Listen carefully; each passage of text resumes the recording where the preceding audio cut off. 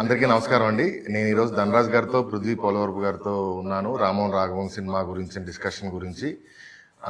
12 years back నేను ఇండస్ట్రీలో నాకు ఏమీ తెలియదు, ఒక్క మనిషి కూడా పరిచయం లేకుండా హైదరాబాద్ వచ్చాను. అప్పుడు స్ట్రగుల్ అవుతున్న టైంలో ధనరాజ్ ఎవరో ఫ్రెండ్ ద్వారా ధనరాజ్ గారు షార్ట్ ఫిల్మ్కి డైరెక్షన్ చేస్తున్నారు, దానికి డిస్కషన్ గురించి రావాలని చెప్పి నన్ను పిలిచారు. అప్పటి నుంచి మొదలయ్యి ధనరాజ్ గారు నన్ను ఆయన సినిమాకి వెళ్తే షూటింగ్కి, డబ్బింగ్కి వెళ్తే డబ్బింగ్కి, పార్టీకి వెళ్తే పార్టీకి పరిచయాలు అవుతాయి అంటే దానికి నన్ను తీసుకెళ్లి నేను రైటర్ అయ్యేంత వరకు నన్ను ఆయన తీసుకొచ్చారు. ఇప్పుడు ఫైనల్గా ఆయన కోరుకున్నట్టు నేను రైటర్ అయ్యాను. షార్ట్ ఫిల్మ్ సినిమా నుంచి ఇప్పుడు ఫీచర్ ఫిల్మ్ చేస్తూ ధనరాజ్ గారు ఇప్పుడు ఆయన డైరెక్టర్ అయ్యి ఇద్దరు ఈ రోజు ఇక్కడ కూర్చొని మాట్లాడుకోవడం నాకు చాలా హ్యాపీగా ఉంది. ఫస్ట్ ఆఫ్ ఆల్ కంగ్రాట్స్ అన్న. Thank you. నేను ఇక్కడ షార్ట్ ఫిల్మ్ నుంచి ఫీచర్ ఫిల్మ్ వరకు రావడం, మీతో మాట్లాడటం నిజంగా చాలా హ్యాపీగా ఉంది. నాకు చాలా హ్యాపీగా ఉంది. అంటే ఏంటంటే బేసిక్గా నువ్వు ఈ స్థాయికి వస్తావని నేను ఆ రోజు అనుకోలేదు. అంటే ఇంకా పెద్ద స్థాయికి వెళ్తావా అది కూడా ఏమనుకోలేదు. కానీ నీలో ఉన్న టాలెంటే ఆ పరిచయాలని ఆ ప్రమోషన్ చేసుకొని నీలో ఉన్న టాలెంటే ఈ రోజు వరకు ఈ స్థాయికి రావడానికి కారణమే తప్ప మేమందరం ఏంటంటే ఆ కంకర్ రోడ్డు మీదకి వెళ్ళకు, గుచ్చుకుంటాయని మాత్రం చెప్పి కార్ రోడ్ వేసుకుంది మాత్రం నువ్వే. చాలా హ్యాపీగా ఉంది ప్రస్తుతం. ఎందుకంటే ఆ రోజే నీ టాలెంట్ నేను చూశాను. ఇంట్లో ఎలా చూశానంటే అప్పటికే నేను ముదురని నాకు నేను ఫీల్ అవుతున్న టైంలో నువ్వు వచ్చి అలా కాదన్నా అందులో ఉన్న ప్రాబ్లమ్స్ ఏంటో నువ్వు చెప్పావు. అప్పుడు నాకేమనిపించిందంటే అప్పటికి ఇంకా నేను ప్రొడ్యూస్ కూడా ఏం చేయలేదు, నిర్మాత అవ్వాలని ఆలోచన లేదు. అప్పుడు మనం ఒక కాన్సెప్ట్ అనుకున్నాం, అవును, ఒక పెద్ద చెస్ బోర్డు మీద నల్ల కలరు ఇది పెట్టి ఒక సెట్ వేద్దామని కూడా రాసుకుందాం అని అనుకున్నాం.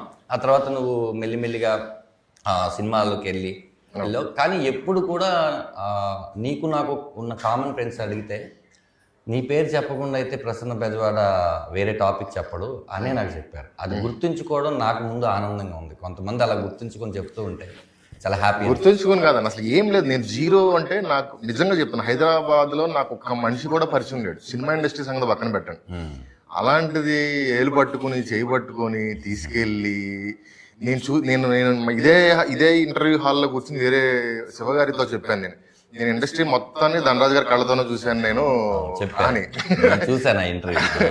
సో అది నాకు అదొకటి అడుగుదాం అనుకున్నాను, అసలు మీకు ఈ హెల్పింగ్ నేచర్ ఏంటి, అసలు ఏంటి వ్యాధి ఏంటి మీకు? నువ్వు ఒక ఫంక్షన్ లో ఒక విషయం చెప్పావు, నా ప్రీవియస్ బుజ్జిలారా స్టేజ్ మీద ఒక విషయం చెప్పావు. అది ఎంతమంది నాకు ఫోన్ చేశారంటే ఆ సామాన్లు ఇంకా ప్రసన్న బెజవాడ దగ్గర ఉన్నాయని విషయం, ఇచ్చానని విషయం, ఉన్నాయని విషయం నువ్వు చెప్పాక తెలిసింది. నేను ఇచ్చిన విషయం నేనే మర్చిపోయాను. అంటే అది సహాయం చేయాలని చేయలేదు, నా దగ్గర ఉంది కాబట్టి, నీ దగ్గర ఆ టైంలో లేదు కాబట్టి చేసింది సహాయం అని పెద్ద పేరు పెట్టేశాం కదా మనం. బట్ మనుషులు నచ్చాలిగా, అదే ముందు ఆ వ్యక్తి ఎదుగుతాడని ఒక నమ్మకం ఉన్నప్పుడే మనం ఇప్పుడు ఈ సినిమా నేను బాగా డైరెక్షన్ చేయగలను, బాగా నటించగలను అన్నప్పుడు నా మీద డబ్బులు ఈయన ఖర్చు పెట్టాడు, లేకపోతే ఏదో సినిమా ఖర్చు పెట్టారు. అలాగే ప్రతిదానికి ఒక ఇన్సిడెంటే. నేను మీ నాన్నగారు వచ్చినప్పుడు, అంటే నువ్వు బాగా చదువుకున్నావు, నీ చదువుకి ఖచ్చితంగా ఒక ₹1,00,000 శాలరీ సంపాదించుకుంటావు అప్పట్లోనే. అలాంటి టైంలో మీ నాన్నగారు వచ్చి నన్ను అన్నారు, ఓ మాట అన్నారు. ఆయన ఏంటంటే తండ్రి స్థానంలో ఉండి అన్నారు. మా సినిమా కూడా తండ్రి కొడుకు సినిమా కాబట్టి ఆ తండ్రి చెప్తున్నాను. మా వాడు ఏం చదివాడో తెలుసా అంటే తెలియదండి అంటే అదేదో చెప్పాడు, అది కూడా తెలియదండి. వాడి జీవితం నాశనం అయిపోతుంది, ఇట్లా సినిమా అని తిరుగుతున్నారు, వీడి తర్వాత తమ్ముడు ఉన్నాడు, ఇవన్నీ చెప్పారు. నేను ఆ రోజు మరి ఓవర్ కాన్ఫిడెంట్గా చెప్పానా లేకపోతే ఏంటో తెలియదు, కానీ మీ వాడు ఇక్కడ ₹1,00,00,000 పైన రైటరు డైరెక్టర్ అవుతాడు చూడండి, అంత టాలెంట్ ఉంది, నేను నమ్మాను, మీరు నమ్మండి అన్న. ఆ ఒక్క మాటకి సరే చూస్తాను, ఒక 6 నెలలు అవ్వకపోతే ఇంక ఇంటికి వచ్చేయమన్నాడు. ఇంటికి వచ్చేయమన్న అతన్ని హైదరాబాద్ ఇల్లు కట్టి నువ్వే రప్పించేసుకున్నావు. థ్యాంక్స్ ప్రసన్న. సరే ఇంకా మనం పరిచయాలు ఇవన్నీ పక్కన పెడితే, మజాకా మీది 26వ తారీఖు రిలీజ్ అవుతుంది. ఇది 5వ సినిమా మీ ఇద్దరు కాంబోలో. అన్ని సినిమాలు హిట్లు కొట్టేశారు, ఇది కూడా ఖచ్చితంగా హిట్ అవుద్ది, అవ్వాలి. ఎందుకంటే నా ఫ్రెండ్ రండా రాజేష్ కూడా ఉన్నాడు, సందీప్ కిషన్ కూడా హ్యాపీనింగ్. మన బ్యాచిలర్ సాంగ్ చూశాను, టీజర్ చూశాను, చాలా బాగుంది. ఎందుకంటే నీ పెన్నులోనే తెలియకుండా నవ్వు ఉంటుంది, అది నువ్వు ఎలాగ నేర్చుకుంది. నా దగ్గర నేర్చుకోవడం అనేం కాదు, కానీ నీ దగ్గర ఉంది, నా దగ్గర అని చెప్తున్నావు అంతే. లేదు, ఇంకోటి చెప్తా, నేను డైరెక్టర్ అవుదామని వచ్చి ఏదో చేద్దామని తిరుగుతుంటే ఆయనే నాకు ఒకరోజు ప్రసన్న పలానా సినిమాలో ఒక కామెడీ ట్రాక్ అడిగారు, నువ్వు రాయమన్నా. నేను రాయడం ఏంటన్నా, నాకు రాకే, నాకు అది వేరే వాళ్ళతో రాయించుకున్నానంటే ఏదో ఒకటి ఆ పని వచ్చింది కదా, సినిమా నుంచి పని వచ్చినప్పుడు మనం కాదనకూడదు, అసలు ఏది వస్తుందో ఫస్ట్ నువ్వు ట్రై చేయన్నారు. అవును. ఆ ఫస్ట్ ట్రై చేసింది నాకు ఇంకా గుర్తుంది. మీకు ఇంటి దగ్గర వినిపించాను, మీరు విపరీతంగా హ్యాపీ ఫీల్ అయ్యారు. నెక్స్ట్ డే నేను జబర్దస్త్ షూటింగ్ వస్తే మీరు అప్పటికే వేణుకి, చంద్ర గారికి వీళ్ళందరూ చెప్పారు. అందరూ వచ్చి ఒకళ్ళ తర్వాత ఒకళ్ళు వచ్చి అందరూ అప్రిషియేట్ చేస్తున్నారు. ఓహో ఇదేనా రైటింగ్ అంటే. అది నన్ను రైటర్ గా ఇనిషియేట్ చేసింది కూడా మీరే. అది నీకు గుర్తుంది. బట్ ఇది నీకు గుర్తుందో లేదో, ఒకరోజు ఒక పెద్ద హీరో నాకు ఫోన్ చేసి నీ దగ్గర ఒక మంచి రైటరు కావాలి ఉన్నారన్నావు అంటే, అవును చాలా బాగా రాస్తాడు అంటే, ఒక సినిమా అనుకుంటున్నాము, ఆ పేరు చెప్పండి అని అంటే, నువ్వు వెళ్ళాలా రాయాలా అని వెళ్ళావు. వెళ్ళి అక్కడికి వెళ్ళి నీకేదో ఎక్కలేదు అది కదా. నీకేదో ఎక్కకపోతే నువ్వు వచ్చి అన్న నాకు అది ఎక్కలేదు, అదేదో ఎలాగే ఉంది కాదు, అది పెద్ద హీరో, ముందు నువ్వు ట్రై చేయి బాగుంటది అంటే అప్పుడు నువ్వు రాశావు. అది మంచి హిట్ సినిమా అయింది. తర్వాత అందులో నీది ఎంత ఉంది ఏంటనేది పక్కన పెడితే అయింది, గుర్తుంది. తర్వాత దళం సినిమాకి జీవన్ నువ్వు బుల్లెట్ మీద డైలాగ్ రాసింది నాకు ఎన్నిసార్లు చెప్పాడంటే, మొన్న కూడా కలిసినప్పుడు చెప్పాడు. ఈ రోజు ఇతను ఈ స్థానంలో ఉన్నాడని అందరికి తెలుసు, కానీ ఆ రోజే అర్థమైంది అతను డైలాగ్స్ విలువేంటో అని. ఎందుకంటే అప్పటికప్పుడు చెప్పినాయి. లొకేషన్ లో చదువుతుంటే కూడా ఆ హీరో క్యారెక్టర్ చెప్తూ ఉంటే నవీన్ చంద్ర ఇలా ఉన్నాయండి మావిడ రాసింది. నేను మళ్ళీ రాయలేదు అలాంటి డైలాగ్ ఇప్పుడు. అంటే అంత కమర్షియల్ సినిమాలలో నువ్వు కామెడీ ఎంటర్టైన్మెంట్ చేసుకుంటున్నావు కాబట్టి ఇది ఒకవేళ ఆ సినిమా వస్తే అంతే సినిమా బట్టే ఎస్ అది మజాగా వస్తుంది 26 డెఫినెట్ గా ఆ సినిమా బాగుండాలి. మేము కొంచెం 4 రోజుల ముందు 5 రోజులు ఫిబ్రవరి 21 మీరు వస్తున్నారు. అయితే నాకు ఏంటంటే మీరు యాక్టింగ్ చేస్తుంటారు, సడన్ గా మధ్యలో ప్రొడ్యూసర్ అంటారు, మళ్ళీ మధ్యలో సడన్ గా డైరెక్టర్ అంటారు, ఎందుకు అలాగే ఉండి అటు ఇటు షిఫ్ట్ అవుతుంటారు? దీని ఏదో పెద్ద నేరం చేసినట్టు. అంటే ఏం లేదు ప్రసన్న, నాకున్న చదువుకి, నేను చదివిన 9వ తరగతి 10వ తరగతి మధ్యలో చదువుకి నాకు వేరే జాబ్ రాదు ప్రసన్న. నేను కమెడీని అయిపోదామని ఇండస్ట్రీకి వచ్చాను చెప్తే చాలా పెద్ద అబద్ధం. ఎందుకంటున్నానంటే 80s లో పుట్టిన వాళ్ళు ఎవరు కూడా చిరంజీవి గారి ఫ్యాన్ కాదంటే ఎంత పెద్ద అబద్ధమో ఇది కూడా అవుదాం అవుతుంది. నేను హీరో అవుదాం అనుకున్నాను ప్రసన్న. ఎక్కడో మనం కమెడియన్గా జనాలు నన్ను ఆదరిస్తున్నా, ఎక్కడో తెలియకుండా మైండ్ సెట్లో మనం వచ్చింది అది కదా, ఒకటి చేసేద్దాం అనుకుని నేను అలా దాన్ని నెరవేర్చుకోవడం కోసం వచ్చిన ఆపర్చునిటీని వినియోగించుకున్నాను. అవి ఆడలేదు, రైట్ కథలు ఎంచుకునే ఆ మైండ్ సెట్ అప్పుడు నాకు లేదు, ఏదో జరిగిపోయింది. అలా కొంత డ్యామేజ్ కూడా నాకు అయింది. అయినా కూడా నీలాంటి వాళ్ళు ఎవరో గుర్తించి లేదన్నా నువ్వు రైట్ ట్రాక్లోకి వెళ్ళాలి, నువ్వు తప్పిపోయావని చెప్పి మంచి క్యారెక్టర్ రాసి మళ్ళీ చేశాను. నేను ఎందుకు ప్రొడ్యూసర్ అవ్వాలనుకుంటున్నాను అంటే దానికి ఒక బలమైన కారణం. మన లక్ష్మీ మంచి గారిది పిలవని పేరెంట్ అనే ఒక సినిమా నాకు ఓపెనింగ్ అయ్యి అదే రోజు ఆగిపోయింది. ఆ సినిమా జరగలేదు. చాలా హోప్స్ పెట్టుకున్నాను నేను ఇండస్ట్రీ నుంచి. అప్పటికే చాలా ఆవిడ పెద్ద యాక్టర్స్, ఆవిడ పక్కన ఆవిడ యాక్సెప్ట్ చేసింది నన్ను అన్నప్పుడే నాకు ఎంతో హ్యాపీ అనిపించింది. రాఘవేంద్ర గారి క్లాపు, ఇండస్ట్రీ అంతా మాట్లాడుకుంది ధనరాజు మెట్టిగా ఎదిగాడని. ఆ ప్రొడ్యూసర్ గారి దగ్గర డబ్బులు లేక ఆయన ఏమనుకున్నారు, ఓపెన్ అవ్వగానే డిస్ట్రిబ్యూటర్లు డబ్బులు ఇస్తే సినిమా తీద్దాం, ఇలాంటి కొంత బ్యాచ్ వస్తారు. ఆ తర్వాత నేను ఆ కాల్స్ తట్టుకోలేకపోయాను. అయిపోయిందంత కదా, ఇలాంటి కొంతవరకు తీసేశారంట కదా, ఇలా అవుతున్న టైంలో సర్లే అనుకుంటే మళ్ళీ ఒక ఆయన వచ్చి సచ్చినోడి ప్రేమ కదా అనే సినిమా నువ్వే కరెక్ట్గా ఉంటావు, నీ పర్సనాలిటీ బాగుంటుంది అంటే సరే ఇక్కడ ఆగిపోయింది, దేవుడు ఎక్కడో ఇక్కడ ఇచ్చాడు అనుకుంటే అది ఓపెనింగ్ రోజు ఆగిపోయింది. సేమ్ ఇలాగే నాకేంట్రా ఓపెనింగ్ దాకా వెళ్తున్నాయి ఆగిపోయింది ఏంటని కనుక్కుంటే, నీతో సినిమా తీస్తే లాస్, అసలు నిన్నెవడు చూస్తాడు, నీ ఫేస్ ఏంటి, నీ ఇదేంటి అనగానే డైరెక్టర్ గొడవ పెట్టేసుకున్నాడు. కావాలంటే ఇదే కథ వేరే హీరోతో చేద్దామంటే నేను ధనరాజ్ అనుకున్నాను, నాకు కథలో ధనరాజే కనపడుతున్నాడు, నేను అట్లా ఇవ్వలేనన్నాను. సరే నా ముందు అలా చెప్పాడేమో అనుకుని నేను వచ్చేసాను. కట్ చేస్తే నేను నాకున్న బిజీలో నేను కమెడియన్గా ఎదుగుతూ ఈ జబర్దస్తులు ఇవన్నీ చేసుకుంటూ కొంచెం హ్యాపీగా ఉన్నాను. ఆయన ఏం చేస్తున్నారంటే ఆ కథ పట్టుకుని తిరుగుతున్నారండి అన్నాడు ఒక మేనేజర్, కామన్ మేనేజర్. కథ పట్టుకుని తిరగడం ఏంటి, ఆయన పలానా ఛానల్లో లేదండి అది కూడా మానేశారు, మీతోనే సినిమా తీస్తా అంటున్నారు, ఎంతమంది ఎన్ని ఆఫర్స్ ఇచ్చినా ఒక ఆయన కారు కొనిస్తా అన్నాడు, ఒక ఆయన ఇల్లు కొనిస్తా అన్నాడు, లేదు నాకు ధనరాజు ఓకే ఈ కథకి, మీకు ఓకే అయితే చేస్తాను. తిరుగుతున్నాడంటే నాకు బాధ అనిపించింది. నేనేదో అలా వదిలేసి వచ్చేందంటే అప్పుడు నేను సరే మన దగ్గర కొంత అమౌంట్ ఉంది, జబర్దస్త్ చేస్తున్నాం, ఎపిసోడ్కి ఇంత వస్తుంది, చిన్న అమౌంటే కదా అని సరదా నా దగ్గర సచ్చినోడు ప్రేమ కథ తీసేంత డబ్బులు లేవు, ఇంకో కథ ఏదైనా చేద్దాం అనగానే ఒక చిన్న మినిమం బడ్జెట్ ఆయన 50 అన్నాడు, నేనే కొంచెం ఒక 80 వరకు చేద్దాం సార్ అని నా ఫ్రెండ్స్తో కలిపి అలా నేను ప్రొడ్యూస్ చేయాల్సి వచ్చింది. నేను ఎందుకు అడిగానంటే ఇప్పుడు యాక్టర్గా మీరు ఒక అమౌంట్ తీసుకుంటూ హ్యాపీగా వెళ్తుంటుంది లైఫ్. అవును, మీరు ప్రొడక్షన్ చేసినా డైరెక్షన్ చేసినా అది 1 year పాటు వచ్చేది ఆగిపోగా మనకు కొత్తదిగా రాకపోగా మళ్ళీ ఖర్చు దీని ప్లస్ ఎదురు ఖర్చు పెట్టుకొని దీని ప్లస్లు దీని మైనస్లు దాని తాలూకు లగేజ్ మన మీద పడి స్ట్రగుల్. ఎందుకంటే మా ఫాదర్ ఎలా అయితే నాకు వీడు ఇంజనీరింగ్ చేశాడు శుభ్రంగా జాబ్ చేసుకుంటే బాగుండేది అని అనుకుంటాడు, అలాగే నేను ఒక వెల్విషర్గా హ్యాపీగా లగ్జరీగా ఉండాల్సింది పోయి నేను ఎందుకు టెన్షన్ పడుతున్నాను నా పాయింట్. అందులో మీరు ఇది అవ్వాలి ఇది అవ్వకూడదు అనేది కాదు, అది ఉద్దేశం లేదు. సో ఇప్పుడు ఫైనల్ గా అది కూడా వదిలేసి ఇప్పుడు ఇందులోకి వచ్చారు. దీనికి ఏంటి రీజన్, ఏం లాగింది రామన్ రాఘవన్లోంచి మీకు? రామన్ రాఘవ్ శివప్రసాద్ యానాల్ గారిది కథ, విమానం దర్శకుడిది కథ. ఆయన నాకు 5-6 కథలు చెప్పారు, అంటే నాకని కాదు ఎలా ఉన్నాయో చెప్తాం కదా అందరికీ. చెప్పినప్పుడు నాకు ఈ కథ చాలా బాగా నచ్చేసింది. ఆఫ్టర్ విమానం తర్వాత ఇది ఆయన సెకండ్ సినిమా డైరెక్షన్ చేస్తారేమో అనుకున్నాను, కానీ ఆయన వేరే కథ ఏదో రాసుకుంటున్నారు అన్నప్పుడు సేమ్ తండ్రి కొడుకుల కథే మళ్ళీ నేను డైరెక్షన్ చేయకూడదని ఒక రూల్ పెట్టుకున్నప్పుడు నేను అడిగాను, ఇచ్చారు. ఈ క్యారెక్టరు అంటే ఎప్పుడూ వస్తాయి ప్రసన్న, అంటే కథకుడిగా నీకే ఎక్కువ తెలుసు, అన్నిసార్లు ఇలాంటి క్యారెక్టర్లు పుట్టవు. అది కాకుండా నాకు యాక్ట్ చేసుకునే స్కోప్ ఉన్నది, నన్ను నేను నిరూపించుకునే స్కోప్ ఉన్న క్యారెక్టర్ రాయడం తక్కువ. నా స్వార్థం కోసమే ఆయన అడిగాను, బట్ ఆయన ప్రేమతో నాకు ఇచ్చారు.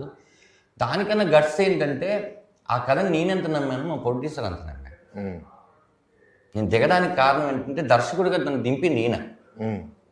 నేను దర్శకుడు కాదు ఈ సినిమా, నేను నటుడుగానే ఈ సినిమా చేయడానికి ఈ సంస్థతో ఒప్పించుకొని వేరే దర్శకుని పెట్టుకొని సినిమా తీద్దామనే వెళ్ళాం.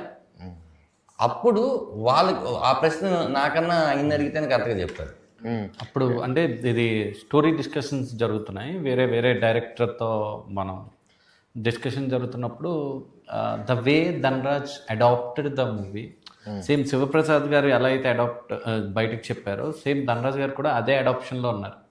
సో ఎక్కడో చిన్న మిస్సింగ్ జరుగుతుంది అని అనిపించిన తర్వాత one fine day I called him, Dhanraj గారు విల్ డూ వన్ థింగ్, ఈ సినిమాకి మీరు డైరెక్టర్ అయితే మనం సినిమా చేద్దాం, లేదంటే వద్దు. దెన్ అట్ దట్ పాయింట్ ఈయన వెంటనే కూడా ఓకే చెప్పలే, అలా అంటావా, షోరా, ఓకే ఒక 2 days టైం ఇస్తావా నాకు, ఇదేంట్రా ఒక ప్రొడక్షన్ హౌస్ వచ్చి నీకు డైరెక్టర్ చేయమని అవకాశం ఇచ్చినప్పుడు మళ్ళీ 2 days, ఈ 2 days అయిన తర్వాత పృథ్వీ నువ్వు ఫోన్ చేసి అడిగిన వెంటనే నేను చేసేస్తాను అంటే నేను కరెక్టో కాదో నేను చెక్ చేసుకోవాలి. ఇప్పుడు బలగం వేణుది అప్పుడు స్టోరీ డిస్కషన్స్ ఇవన్నీ జరుగుతున్నాయి, ఆల్రెడీ నా ఫ్రెండ్ డైరెక్టర్ అవుతున్నాడు, అప్పుడు ఇంకా రిలీజ్ అవ్వలేదు.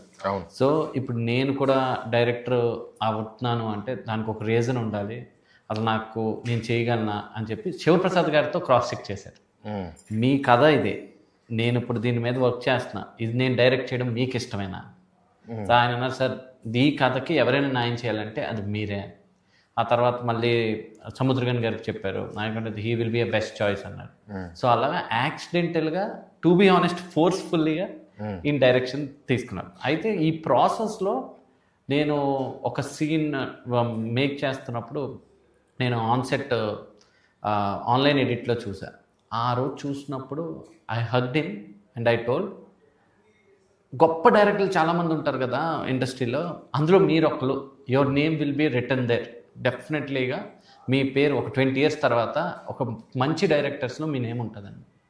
That confident. ఇప్పుడు డబ్బులు మీరు ధనరాజు సముద్రగాని కాంబినేషన్ మీద పెట్టారా, కథ నమ్మి పెట్టారా, ఏంటి? నేను ఫస్ట్ స్టెప్ తీసుకోవడానికి ఏంటి వార్డ్రోబ్? కథేనండి, ఫస్ట్ చెప్పింది కథేనండి.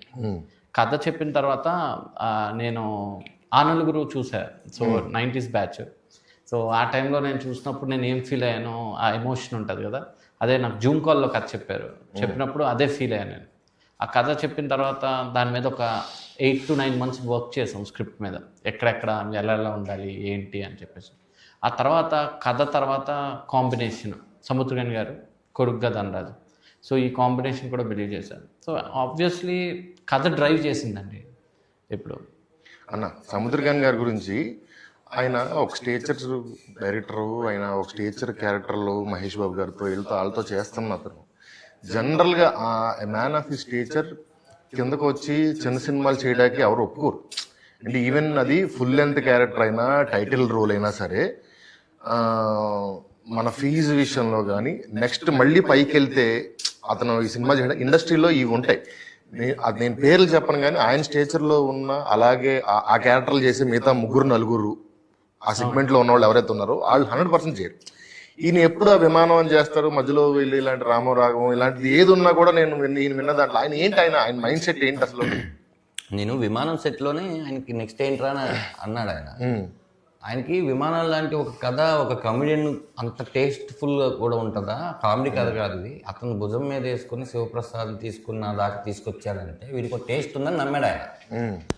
అప్పుడు నెక్స్ట్ విమానంలో మేము ఇద్దరం కాంబినేషన్ యాక్ట్ చేస్తున్నాం. చేస్తూ ఉంటే నెక్స్ట్ ఏంట్రా అన్నాడు.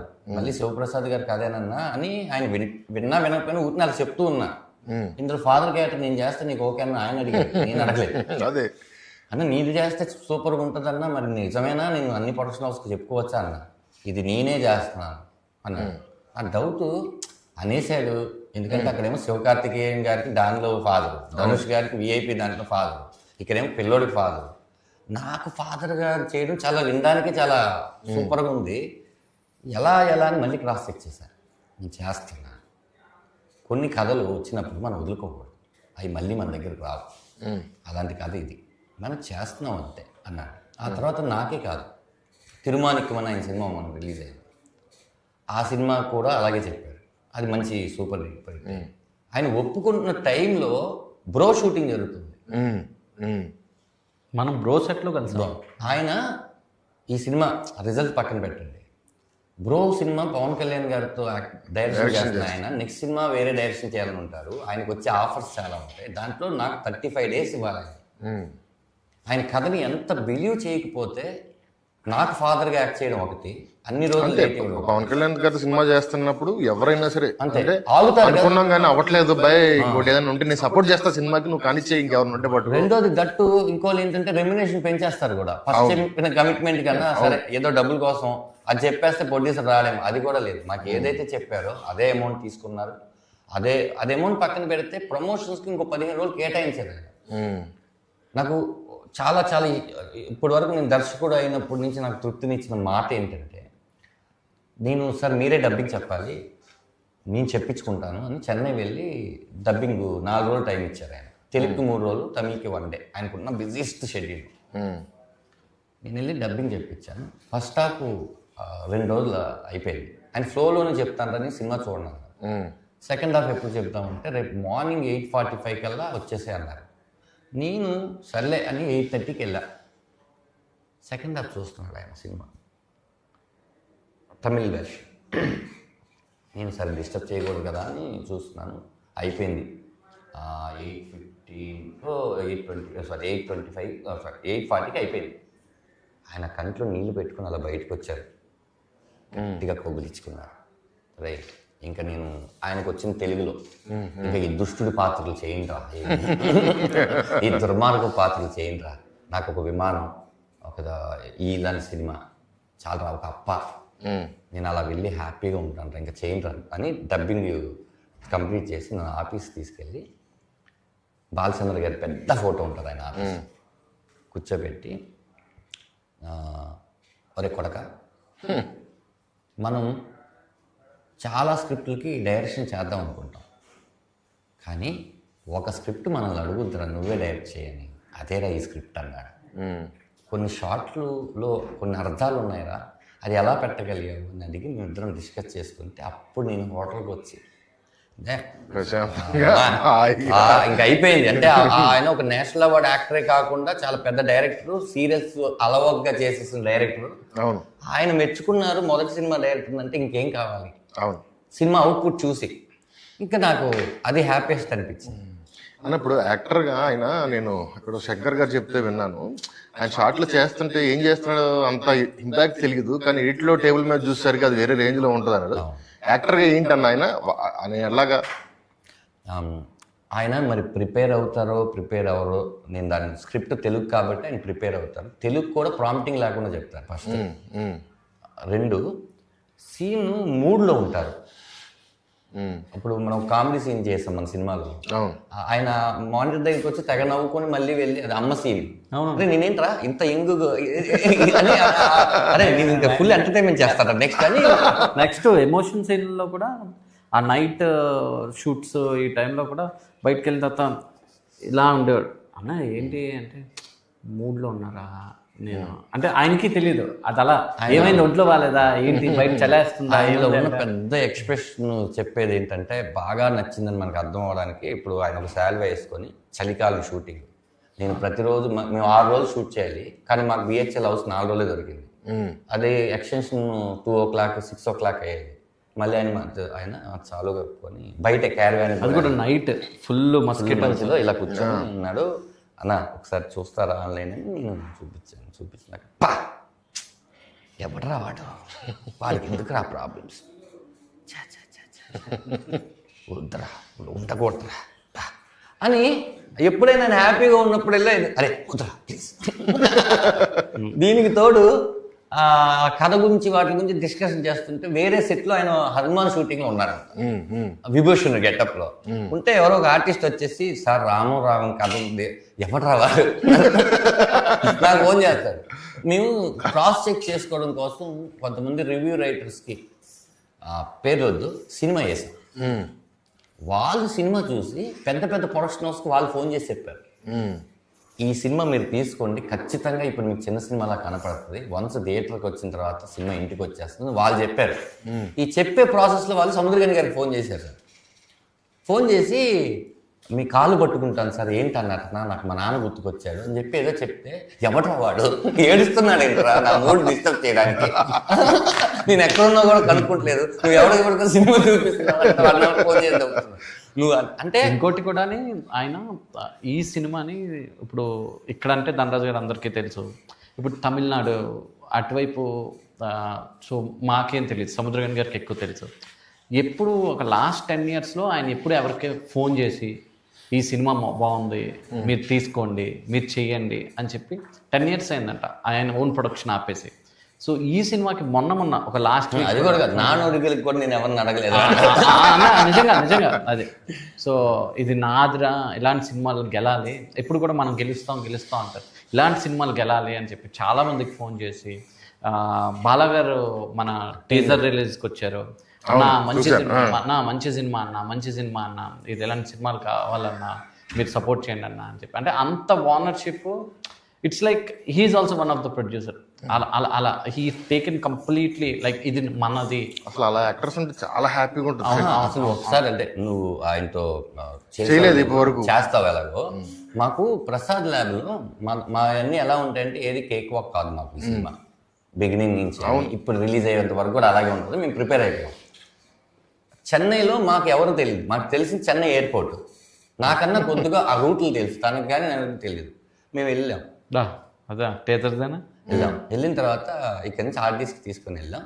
తంబి రామయ్య గారు, బాలా గారు, బాబీ సింహ గారు, పొరాటా సూరి గారు, పసంగల డైరెక్టర్, ఇట్లా ఇంకో పెద్ద వాళ్ళు అందరూ వచ్చారు. ప్రెస్ గిస్ మొత్తం ప్రసాద్ ల్యాబ్.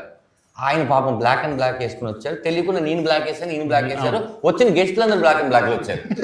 సార్ ఇక్కడ అలాగే వస్తానేమో అనుకున్నాం, మా తెలియదు అయిపోయింది. నేను చాలా అసలు బిగ్ స్క్రీన్ ప్రసాద్ ల్యాబ్ చెన్నైలో అసలు దర్శకుడు అవడమే గొప్ప విషయం అనుకుంటున్న టైంలో తెలుగులో తమిళ్ అది బాలాగారు వీళ్ళందరూ లాంచ్ చేయబోతున్నారని నేను అక్కడ కూర్చొని ప్రొజెక్టర్ ఆన్ చేద్దాం అనుకుంటే సార్ కేడిఎం ఓపెన్ కావట్లేదు సార్ అంటే ఫస్ట్ టైము నేను టెన్షన్ చూసాను మనలో, ఏం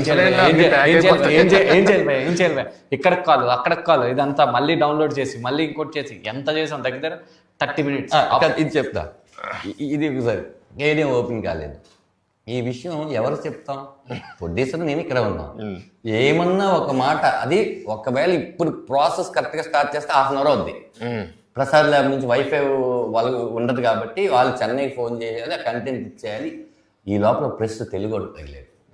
అన్నా మనం తెలుగు సినిమా మనం తమిళ్లో చూపిస్తాం, నేను ఏదో ఒకటి చేస్తాను వెళ్ళి వచ్చి కూర్చుంటే అది ఓపెన్ కావట్లా అని చూస్తాం. అయిపోయింది. అరే ఏంట్రా గెస్ట్లు అందరూ వచ్చారు ఎన్న మ్యాటర్ అని అన్న పైకి వచ్చారు, సినిమా ఓపెన్ కావట్లేదు అన్నా ఇదే అన్నాడు ఆయన. ఇక్కడ ఫస్ట్ టైం ఉన్న సినిమా కంటెంట్ ఓపెన్ కాకపోతే సూపర్ ఓపెన్ అలా అయిందంట కొన్ని సినిమాలు. నేను అసిస్టెంట్ డైరెక్టర్ గా ఉన్నప్పుడు నేనే ఇలా ఏం టెన్షన్ పడితే ఎంతసేపులో వద్దో చెప్పాను ఫస్ట్ అంటే ఒక 15 నిమిషాలు చేసి అందుకే నేను వెళ్ళాను 30 నిమిషాల తర్వాత వచ్చాను. ఫస్ట్ లో ఉన్న హ్యాపీనెస్ తగ్గింది. తగ్గి ఏంట్రా వాళ్ళ గారా వీళ్ళు గారు అంటే అన్నంటే లక్కీగా అది చెకింగ్ కోసం నా మొబైల్ పంపించుకున్నాను. అక్కడ వేయాల్సింది 4K బట్ నా మొబైల్ MP4 ఉంది. సరే అయితే ఏంటి ఏదో ఒకటి ఏంటి అంటే అది పెట్టి తన ల్యాప్టాప్లో పెట్టి మొత్తానికి చేసి వేస్తే అది 4K లాగా వచ్చింది. ఏంటి వాళ్ళు 4Kనే చేసి పంపించారు 1080 వచ్చింది. అంతా నేను ఇట్లా వణికిపోతున్నాను. టెన్షన్ ఫుల్ ముందే అయిపోద్దేమో అని అయితే మనం ఏదో చెప్పుకోవచ్చు తెలియదు. అక్కడ మనకు మీకోసం ఏంట టైం ఎందుకంటే బాలా గారు అప్పటికి ఫంక్షన్స్ కి వచ్చి 1 year దాటిందంట. ఆయన ఫంక్షన్ కి వెళ్ళదంట. వచ్చి రావడం వాళ్ళందరూ సినిమా గురించి మాట్లాడి ఇచ్చేసారు. దానికి ఒక సముద్ర కన్నా ఇంకా అంటే ఆ పెద్ద ఆయన కాలు పట్టుకోవడం ఒక్కటే తప్ప. అప్పుడు నాకు అర్థమైంది అమ్మ మనం లేదు కంప్లీట్ ఓనర్షిప్. ఆయన మన తమిళ్లో నా బ్యానర్ వేద్దాము ఇది చేద్దాం అంత ఆలోచనలో వన్స్ ఇన్ని హ్యాపీయెస్ట్ థింగ్స్ నువ్వు అడిగావు కాబట్టి ఈరోజు చెప్పాను. ఇవన్నీ ఎవరికి తెలియదు. హ్యాపీనెస్ ఉంది, ఎంత సాడ్ ఉంది, ఎంత బాధ ఉంది. అందుకే నా కేక్ వాక్ లాగైతే ఈ సినిమా జరగలేదు. ఎప్పుడో మీ plan successful film cake walk తీసుకోదు, అసలు ఏ ఫిల్మ్ తీసుకోదు ఫస్ట్ కేక్ వాక్ సక్సెస్ అవుద్ది.